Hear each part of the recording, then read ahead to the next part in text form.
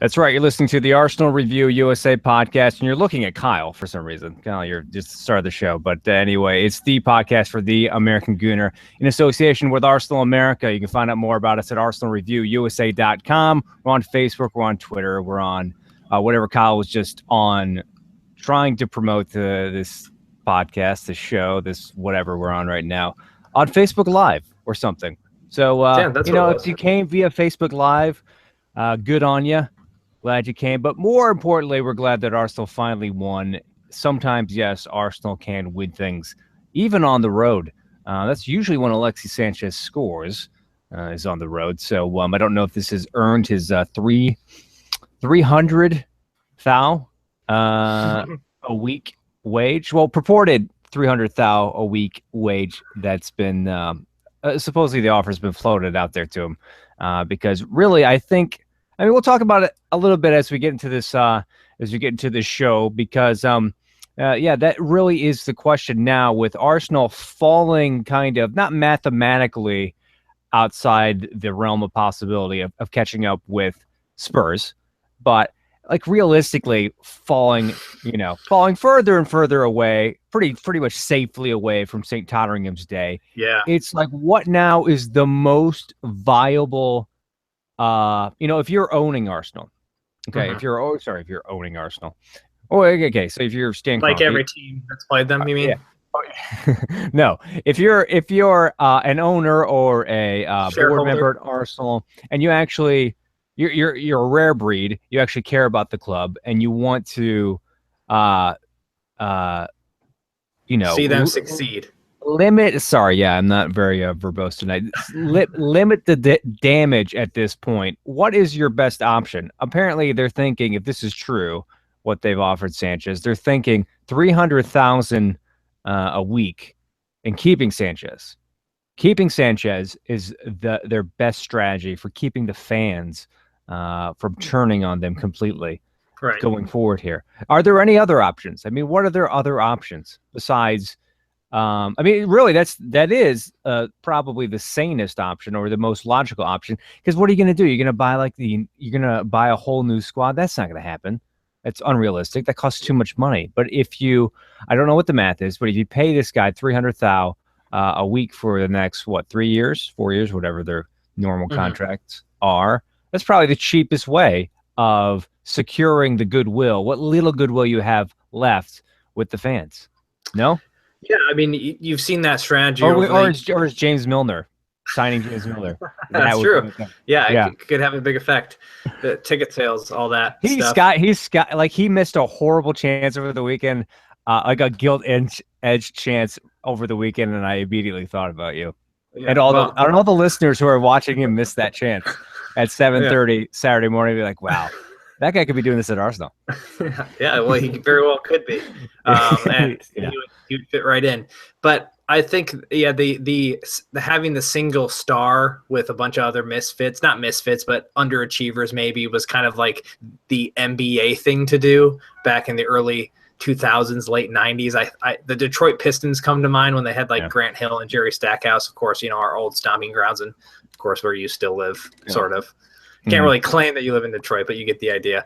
And so, I think keeping Sanchez around will keep fans, those that, want to see an entertaining player hit the pitch here and there, and a guy that's going to play really hard and give his jersey away to kids that are really happy and get some good PR out of it and all that, like we saw after this particular match. But, another good thing to keep fans happy and around would be to, try to win titles and have aspirations of playing better football.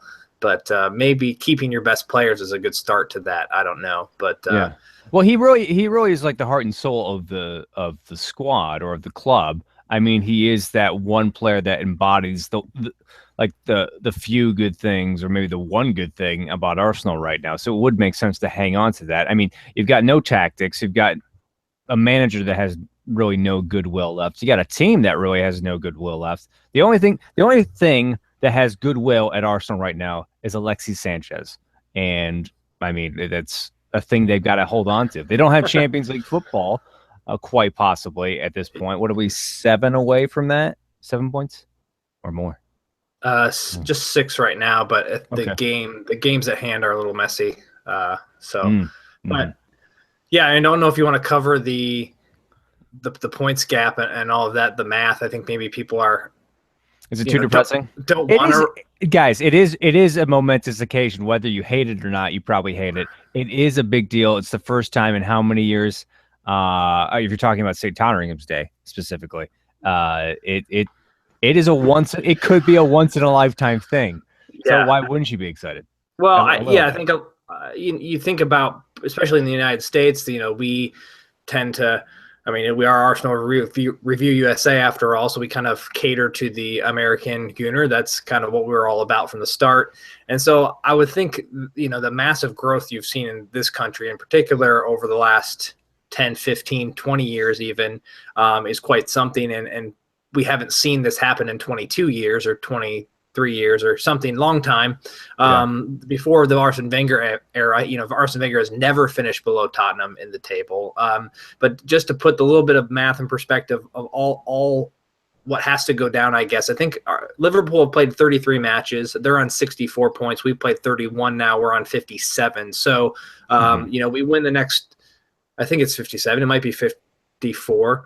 But I think no, it's 54 because we win the next 2 matches. We are 4 points behind them with 5 games to play, I think is the math there. But the math I know for sure with the St. Totteringham's Day disappointment most likely is that if Arsenal win out their last 7 matches, they can finish the season on 78 points. Now, Tottenham only has to take 7 points from their last possible 18 to get 78 points. They're in pretty good form right now, I hate to admit. So it's looking likely like Tottenham will finish above Arsenal for the first time since 1994-95 season. And to put that in perspective for everybody, I came up with a list of things that were happening or current back then in 1995. That was a pretty dismal season overall for Arsenal. That was the season, of course, that George Graham got, pretty close to George Graham getting sacked, but there were other reasons behind that as well, as we all know. But Tottenham actually finished 7th that season in 94-95. Arsenal finished 12th in a 22-man or 22-team league. That was back when there were 22 teams. Arsenal were 13, 12, and 17. They lost 17 matches that year. And only had a +3 goal differential. So we've come a long way, even though we're leaking a lot of goals. Prince William, for all you Brits out there and those who like the royal family and follow them closely, Prince William was 12 years old. Kate Middleton was 13. Danny Carbassian, the only American player to ever score for Arsenal, was in the 4th grade. Okay. Forrest Gump won Best Picture. So that takes it back. Songs like Creep and Don't Go Chasing Waterfalls by TLC, including Gangster's Paradise by Coolio, were topping the Billboard's Top 100 charts, as well as Kiss by a Rose by Seal. Kiss from a Rose, excuse me. Whatever. Yeah. Kiss from by. The Dow Jones was under 5,000, actually 4,000 early on in the year, in that season anyway. And Emirates Airlines, this is a really good one. Emirates Airlines were still 11 seasons away from becoming the primary sponsor of any football team, including Arsenal. So the last time, who's their first sponsor? Well, it was Arsenal, and then in 2006 they started sponsoring Arsenal, PSG. It was like Chelsea first. I want to say it was Chelsea. Didn't Chelsea have Fly Emirates first? I could be way off on this one. Maybe I'm wrong. It doesn't matter. The point is, this was a long time ago. But it's disappointing as it is. I know, when we can't win the league or we can't do something else that actually matters in the world of football, finishing above Spurs is always that kind of consolation prize. Right. Unfortunately, it doesn't look like it's going to be happening this season. If Spurs are known for a good collapse here and there, I don't see it happening this year. Yeah. Well, I mean, what if they? I'm just going to float this out there. What if they won the Premiership? What if they won the Premiership? Would we see more action from Arsenal, the club, over the summer if Tottenham won the Premiership? I want to say no. I want to say the people who are letting the club just kind of run itself into the ground are so detached that they're like, what difference does it make if Tottenham wins, and we're doing this badly? I do remember, I think I've mentioned this before on the podcast, and just the whole rivalry between Tottenham and Arsenal and how that forces either team to improve or up their game, how much of a motivation it is for either team, or both teams. But it was in not 98. I was going to say 98 because when was the last time Arsenal? This might not be the last time Arsenal finished with 78 points, but in 1998 they finished with 78 points, and that was enough to win them the Premiership. So it just shows you how different things were back then. But anyway, in 2004, not 1998, 2004, we had the game at White Hart Lane, and I remember there was an interview with somebody, some Spurs fan before the game, and it was all doom and gloom for them. And the guy interviewing them said, basically, what's the best thing that could happen in this game? Looking for some like crazy scenario for this guy to pull out of his butt. And this guy actually just says, like, I hope Arsenal wins it, and I hope they rub it in our faces, because he was like so sick of how terribly managed, and just the turnover that was going on with Tottenham and their managers then, and everything else that was gone to pot. That he wanted that as a kind of a catalyst for change. And I'm not saying any Arsenal fans should want that, or necessarily if they're really, I think there are some out there that do, but what if they did win? Would that be a catalyst for change more so than if they didn't? I want to say it would be. I don't know if there'd be substantial upheaval at the club, but I want to say that maybe we buy a few more players, or maybe we do something a little more the club would do something a little more superficially, like they're Arsenal fans. We know they've added insult to injury. Here's, another 30 million in transfers or something like that. Something would change, I want to say. Yeah. I mean, and maybe that comment was an early iteration of Tottenham Fan TV. I don't know. But it may have been. Or Arsenal Fan TV. Yeah. The inspiration, as it were. Right. But I would think, I see more so of actually an exodus on the Tottenham end if they were to go on and win. If that unfortunate event were to happen, then Arsenal spending more money because of it. I mean, I can see a Harry exodus. I could see Harry Kane leaving. Yeah, I mean, I could see players saying, "Okay, well, I've done it here. Time for me to move to a big club," sort of thing. Yeah. And while the scenario is frightening, I don't think it will happen. I don't think the Chelsea loss really, I don't know why I'm using the term, creates a sense of worry. Like I'm worried about who's going to win it when Arsenal are sitting in sixth place. But all that said, moving to today, to something that hasn't happened in a while, winning away from home, it's good to see, to go ahead and get it done. And of course, we did give Middlesbrough a little bit of hope. We did allow them to score 15% of their goals in the new year so far in this particular match, which goes to show you how terrible they've been offensively. I wouldn't quite equate that to like the Andy Carroll. But I like to throw those stats around because it happens to other teams. I'm sure other podcasts that cover other teams or shows like this that cover other teams can come up with those sorts of stats, but they're just so easy, and they're really they are easy, and they're prevalent. They're out there. They're out there for our stuff. So we're probably glossing over a game that we should probably talk a little bit about. Go for Middlesbrough. I'm not prepared to talk about it, but maybe you can. Maybe you can shed some light on what was different in this game as opposed to the last several away games that we've lost and home games that we've lost. One thing that was different was it was a lineup like 20 years in the making. Mm-hmm. Did you do the stats on when the last time Arsenal fielded a back three? Did you do that? I did not. Someone was saying it was 20 years. I mean, they must have done that another time in the last 20 years, but say they didn't. I don't know how well that worked against Borough in this game, because they seem to be getting down the sides or down the flanks still pretty well. I don't know if that was because of the marauding fullbacks or wingers in this case, or if that was just our defense being our defense. It was a strange defense of Gabriel, Holding, and Castiglione, although Holding had a pretty good game, I thought. There was this weird, it was that annoying advice you get from some people when you play indoor. You're like, hey, does your indoor, facility accept turf shoes? Like, no, just wear your regular shoes. And then you get there and you're like, I should have worn my turf shoes. Every Arsenal player like that was slipping all over the place in the first half, it seemed, for some reason. There was one where Holding had to intervene right after Koscielny just like was Bambi on ice for some reason. Other than that, though, I think they did pretty well defensively. I mean, for playing a new formation, first time in a long time. Again, I'd like to see more of Holding. I think he's nice in that he complements Koscielny as opposed to just being his doppelganger.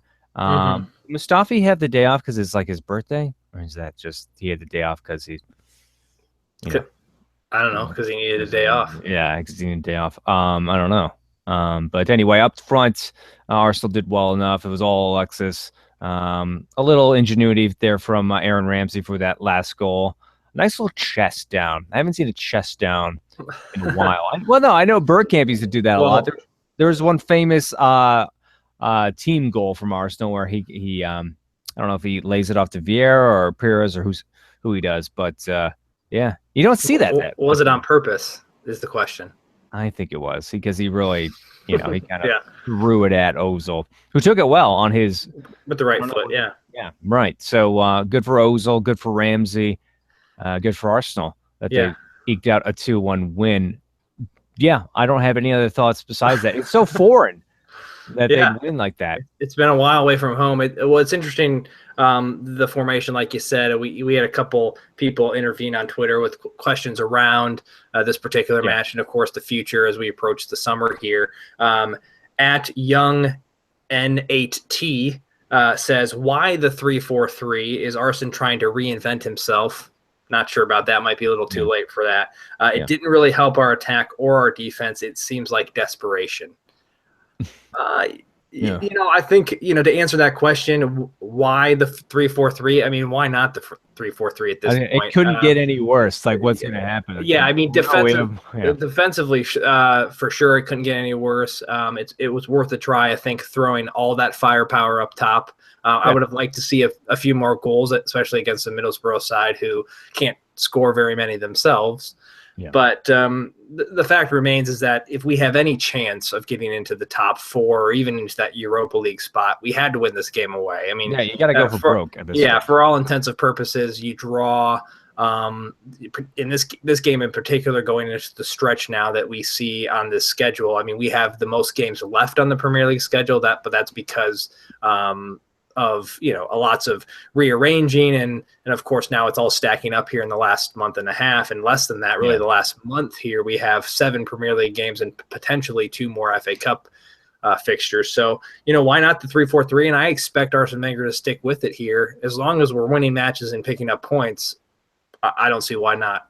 He wouldn't continue on, and maybe with a little bit different personnel in there. I think you would see Mustafi probably. I was going to say he would be a favorite for the right back position. Yeah, or throw him in the middle because Koscielny has played right back over the years with Arsenal as well when needed. So Mustafi in the middle, Koscielny at the right back, and then Holding there at the left again. So desperation, sure, but these are desperate times for Arsenal. Lowest Arsene Wenger's ever had his team at this point in the year. And, the first time for a lot of things under Arsene Wenger's tenure at Arsenal. Yeah. So,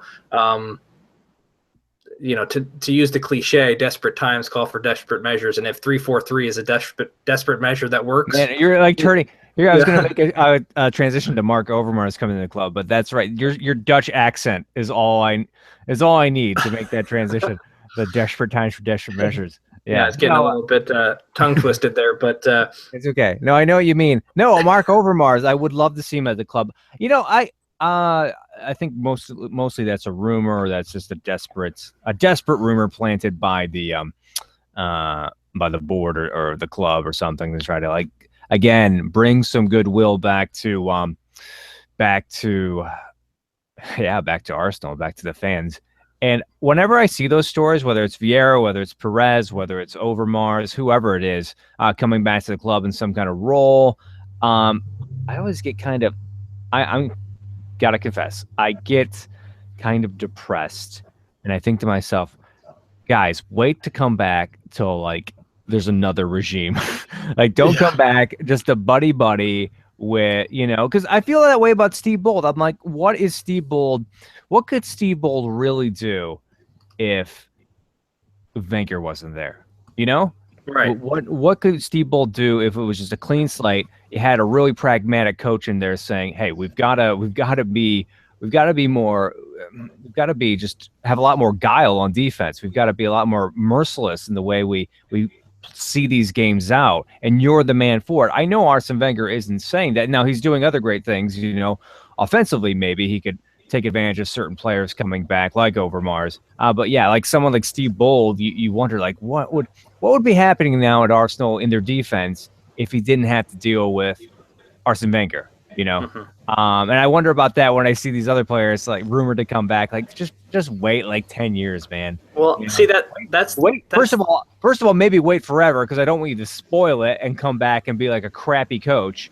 But yeah, definitely wait longer so you can kind of like not do your own thing because another manager would again impose their system, but like just actually do something different than what we've seen for the last 20 years, which I'm sure that's all that would happen, Yeah, right. Well, I mean, think about why maybe these players are having to wait to come back. I mean, you look Yeah. at Vieira, you look at Bergkamp, Right. you look at Adams, you look at Overmars, you look at Arteta, for that matter, going on to Man City. Yeah. It could be just throwing it out there. It could be because Arsene Wenger is so much in control of every facet of the club. Well, yeah, think about it. Think about it. Think about it in your own work career. Not that anyone wants to draw parallels to our work career or anybody's work career, but think about it in your own career. If you're starting out, you want to go places that are a little more progressive. You don't want to go to like stuffy traditional places that aren't going to really let you try new things and kind of grow. Right. In terms of your experience. If they're just going to make you do one thing that they've been doing for the last 30 years, even if that's a good thing, and especially if it's a bad thing, you're gonna think, no, I don't want to go there. And you look at Man City, and they're very expansive, they're very progressive. No, not everyone may like them for certain reasons because of the way they acquire money and they spend money and all that, but they're getting out there. They're trying new things. They have a lot of different coaches. I mean, unless you're that coach who's under the gun and might be fired, like Mancini and all the rest of them, you're going to go there and you're probably going to think to yourself as an assistant coach, hey, this is a pretty good gig. I get a lot of experience. Worst thing happens is I get laid off with this great coach and I just go with him to another club. So, you see the world that way. Well, it could be that, and that Wenger and Arsenal aren't actually offering any of these roles to players. I mean, I think Youngberg had some sort of role in one of the youth teams, right? And we have like ambassadors for everything. It seems like ex-players are ambassadors for every little thing. Ambassadors for the home locker room, ambassadors for the club level. Yeah, what ambassadors? Like what young ambassadors? Yeah, we've given all our young ambassadors, whether they're coaches or there's some other some other capacity to other clubs. What ambassadors do Arsenal have now that aren't like 60 or older? Like who? Well, I mean, you have players. I mean, you've had Youngberg, you have Lauren, you've had I think Edu, and even maybe we need to we need to redefine ambassadors and what that means. But I'm thinking of guys who are like in and around the club a lot. Yeah, I don't. Maybe I just don't know. Yeah, I think basically any of the ex-players that I think live or still are around London are often featured for certain things. They try to keep them visible. You often see on Arsenal media after a bad loss or a bad result, they bring out the mixtape of like wonderful goals scored by so and so, or great performances by so and so. Just try to stem the tide a little bit, but all that said, it will be interesting to see. Not that I think one of those players, ex-players, Henry, Vieira, Arteta, whoever, will be the head coach at Arsenal, because that's just not going to be the case. But it will be interesting to see, if a manager from another league, not within the Premier League, comes in and to help familiarize himself with the league, brings in more ex-Arsenal players to help him out there. Tony Adams, he's from another league now. Who did he start managing? Granada? Yeah, it's like if I'm saying that correctly. The like dance moves or something that he was caught doing. Oh, I didn't know about There's that. some video that went viral of him like doing the hokey pokey or something. Was it in the suit? I just heard he trotted out for his first like game or whatever, like unveiling in like some teal suit. So I'm picturing like a cross between Don Johnson and Tony Adams here.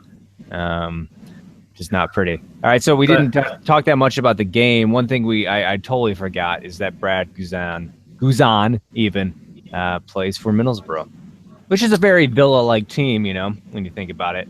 I can see the transition being seamless for him. That's kind of a bad dig on Brad. Sorry, Brad. Yeah, I don't think he's played a ton. Only his third I start. I didn't think that either. When I saw that, when I saw the Alexis free kick, I didn't think that either. That he'd play for a while, because while it was while he just absolutely yanked that thing up and down from such a relatively close distance to the goal on the wall. Was it not pretty much just right center of the goal? Yeah. You're supposed to guess as a goalie, and then if it goes the other way, then it's the wall's fault, you know. But yeah. Oh wait, no, it's the other way around. Sorry, the wall is supposed to cover that area, and you're supposed to. But either way, I mean, either way, probably a little bit of rustiness. Now I know we didn't talk extensively about the game, but we do have a number of other things to get to. So I don't know if we want to. What are those things? Well, we had one more Twitter comment, and then we have some winners and some predictions to go over as we do the comment thing. Okay. What was the comment? I'll do the comment. Patience, Joel. This live broadcast. Anything can happen. There's a huge build-up to this comment. It better be awesome. If not, we'll play it off immediately. Well, it goes back to the formation that we, of course, saw against Middlesbrough, and we're likely to see again the rest of the season here.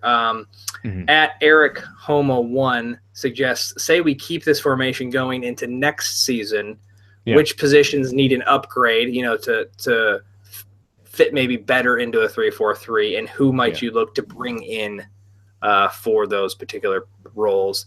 It's a good question in that I'm not entirely sure who is like, in this day and age of modern football, professional football, are there players specifically that you look for within a 3-4-3 as opposed to a 4-4-2 or a 4-4? Well, you would need more. You would need more of a certain type of player. You need more of the wingers or the fullbacks who are pushed permanently up at that point. Right. Which it looks like Arsenal might be in for with that Schalke guy or that guy from Schalke. Whatever his name is. Sorry, I can't remember his name. I've tuned out the transfer rumors at this point. Don't even try to make up with me, Arsenal. All right, we're just gonna wait till you actually buy somebody or 10 of them before start coming around. He's certainly a player that hasn't been linked with Arsenal, but someone that's been in top form within Serie A and the Champions League in particular. Pablo Dybala from Juventus. Diablo would be much better. What's that? Diablo. I don't know if that's a real person, but Paulo Diablo, we started to say. Well, that would be his maybe his nickname. He looks to be like a good young player and a lefty at that. I think so. Not that Giroud's a lefty, but he seems like a player that he's quick, he's shifty, but he can create his own goal as well as he's in the right place at the right time. And I don't think we really have a striker currently that not only can move in and out for the pass and be productive off the dribble and so on, but also be in the right place at the right time. I mean, Alexis is kind of like that, but Alexis is more workhorse, create your own shot, score brilliant goals. He's not necessarily like a cleanup guy like Robert Pires was. Like, it seems like Pires was always in the right place at the right time, down the wing or like in those forward positions, and because he had so much practice. He was constantly practicing, even after other players scored during games. Well, that's true. As we know, clean up the trash there. Who was the guy who ran in for the Alexis free kick today and just pummeled it? Who was that? What Arsenal player was that? I think it was the Ox. I think. Oh, was it? Oh yeah, like it was just so totally Pires. That was Pires. That's right there. Yeah. But I think to answer Eric's question, I think you have to look for players that can play multiple positions. For a long time at Arsenal, it seems, a fish out of water would be the best way to describe any Arsenal player that has to play out of their traditional position. So if you're going to move to a 3-4-3, we have to find more players. Can't necessarily name them off the top of my head in terms of what would be a good fit for that formation. But we have to find players that can play more than one position and feel comfortable doing that, because as we know, especially throughout our defensive back four over the years, it seems like anybody that has to play out of position is just like completely lost, and we're applauding them for just playing decent and not screwing up like royally when it comes down to it. So I would like to see more diverse, more adaptable utility type players come in if that formation were to continue to be a thing at Arsenal. But also a few prizes to give away here, and then we can move on to whatever you like, Joel. I know we said that we would retweet or have people retweet something in order to get some prizes courtesy of roughneckscarves.com as well as whoaredesigns.com. And we did do that. We actually just posted something to retweet the link for this live show's streaming link to YouTube. So congrats. I'm going to bring up their Twitter names here. Congrats to @VladB for taking home one of those prizes, as well as @PresD01 as well. So we'll be getting in touch with you as well as Eric and Nathan for submitting your questions. We'll give you some window decals courtesy of us. So those are our winners for this week, and there's a few people to get in touch with. What are our window decals? Which players? Are just going to pin them on the camera right now? I'll show you. So they're hard to see because they're oh yeah, right. Yeah, you got the reverse sticky, so they go on the inside of the window. But we got the iconic Bergkamp Henry sticker. Hug it out, yeah. As well as we got Pires, Bergkamp, and Henry. We got the jerseys.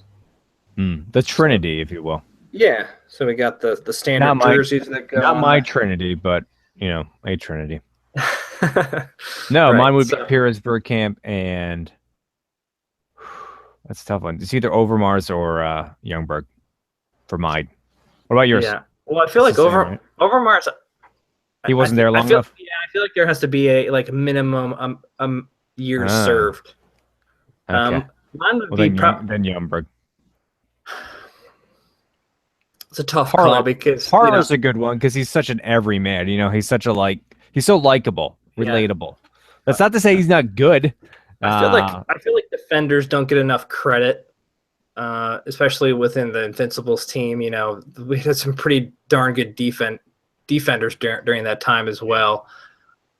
Maybe I don't know. You're gonna say Ashley Cole, aren't you? I know that's what you're gonna say. Maybe. Actually, I kind of I played right back growing up, so maybe Lauren. I liked Lauren. I thought he was solid. Like Lee Dixon. No, I don't know. I couldn't tell you. He did. I do remember Loren making it into at least a couple team of the years. I mean, for several years he was like the best right back in the league. Well, he took Arsenal's penalties for quite a stretch there. He knows his way around pretty much every area of the pitch. Yeah, he'd fit in perfectly with the 3-4-3. But I think he's 45, so maybe not. That could be a problem. So predictions, Joel. Both of you and I nailed the 2-1. So we are, I think, still, no ground made up for you. No St. Totteringham's Day has yet been established, though. Right, that's true. So the good thing. You're still within striking distance, 4 points behind myself. The one patron to participate this week was Laird with a 3-0 prediction for Arsenal, so he picks up a point. Right. And then we didn't have a guest last week, I guess, because Monday nights are tough for people. Monday nights are terrible for everyone, me included, hence the live show. Not that we don't love doing live shows. I love showing off the earth tones in my terrible makeshift studio. But more importantly, we do have the glossy foreheads with no makeup. Yeah, I know. I didn't get the concealer out for this webcam production that we've put on for you. No foundation on this surface here. Yeah, if you want to, if you want to give a little bit extra to the patron fund there for this show, just kind of earmark that for makeup. You are more than welcome to do that. Okay, so City is the next team that Arsenal unfortunately are playing. Fortunately, it is in another competition, so we can't get any further back in the Premiership over the next few days anyway. But then we'll get in touch with everybody on the other side of that game on a real live, not live podcast, a real podcast. A real, not live recorded podcast. Yeah, so we can go back over the who we play after that Leicester game. But for City, I'll go first. You went first last time. Yes. For City, wait, that's at the Emirates. Shoot, it's at Wembley. It's at Wembley. Semi-finals. All right, I've shamed myself, so I'll just go ahead and get this over with. Wow, semi-final. It is you don't think it's a semifinal. As bad as Arsenal's been playing all season, you just forget that it's Wenger in. I'll stop justifying that terrible comment. Okay, so City at Wembley. Oof. Man, well, there's no replay, so it's got to be something. It's got to be I'm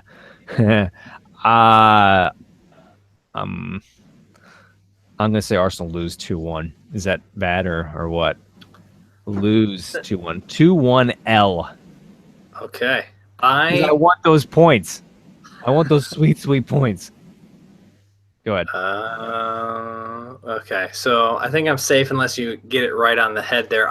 It's going to be, I don't know if I'm going to get extra if I get this, exactly correct, but it's going to be 2-2 after regulation, and Arsenal are going to win 4-3 on penalties. So much to write. Arsenal 4-3 case. All right. That is a nuanced prediction. No, you don't get extra points for that, but that's what I want to say. I want to say it's going to go to extra time, and maybe Arsenal going to be able to dig deep there. But I don't know. I don't think we've seen enough from them offensively to warrant that much hope that they're going to get one over against Man City. On the other hand, Man City are still kind of you never really are convinced that Man City have found any kind of a streak or any kind of form in this season. They always look like they could win 4-0 or lose 4-0 against any team. So to that end, yeah, you might be right. Hopefully you're right. I'm not convinced by Arsenal yet, and yeah. Sorry, the 3-4-3 hasn't totally sold me that it's going to solve all Arsenal's problems. I think we'll probably revert back for this match. I would think. I don't see Arsene Wenger trying it for a second time in ever in an FA Cup semifinal, but who knows? Right. Like Nathan said, desperation could ensue. So. Well, yeah, it could be the other thing that we're overlooking is the fact that we played Middlesbrough, and that's maybe why they went for a 3-4-3, a highly offensive formation that they maybe wouldn't get away with against the likes of Man City. So, well, we'll just let them play the games, and that's how we'll find out whether they're up for it or not. Anything else before we let people go on this beautiful Monday night? No, I had some disappointment in my personal schedule. I was supposed to be in town the weekend of the United match, and actually got moved to Sunday, so I wouldn't have been able to go anyway. But I was still going to be around before having to fly elsewhere. But I'm not going on that trip anymore, so I will not be able to have all my public appearances that people were waiting. Right. All your book signings. Right, exactly. So I apologize to those that were marking their calendars after hearing that. Sorry to hear that. But, okay. Okay. But that's all. That's all I have. I just wanted to let everyone out there know so you can start the healing process about this news as well as the Arsenal season as a whole. Right. So, well, thanks for that. That's very considerate of you. All right, that's all we've got for you all on this podcast or on this live show. The next time we'll get in touch with you, we'll be on an actual podcast on the other side of the City game, which is Sunday. And then after that, we got Leicester, Wednesday? Mm-hmm. A lot of games still to play here. Yeah, so City is the next game we'll review here on the podcast. Look for that sometime Sunday night or Monday. So until then, as always, remember, support the Arsenal and have a good week.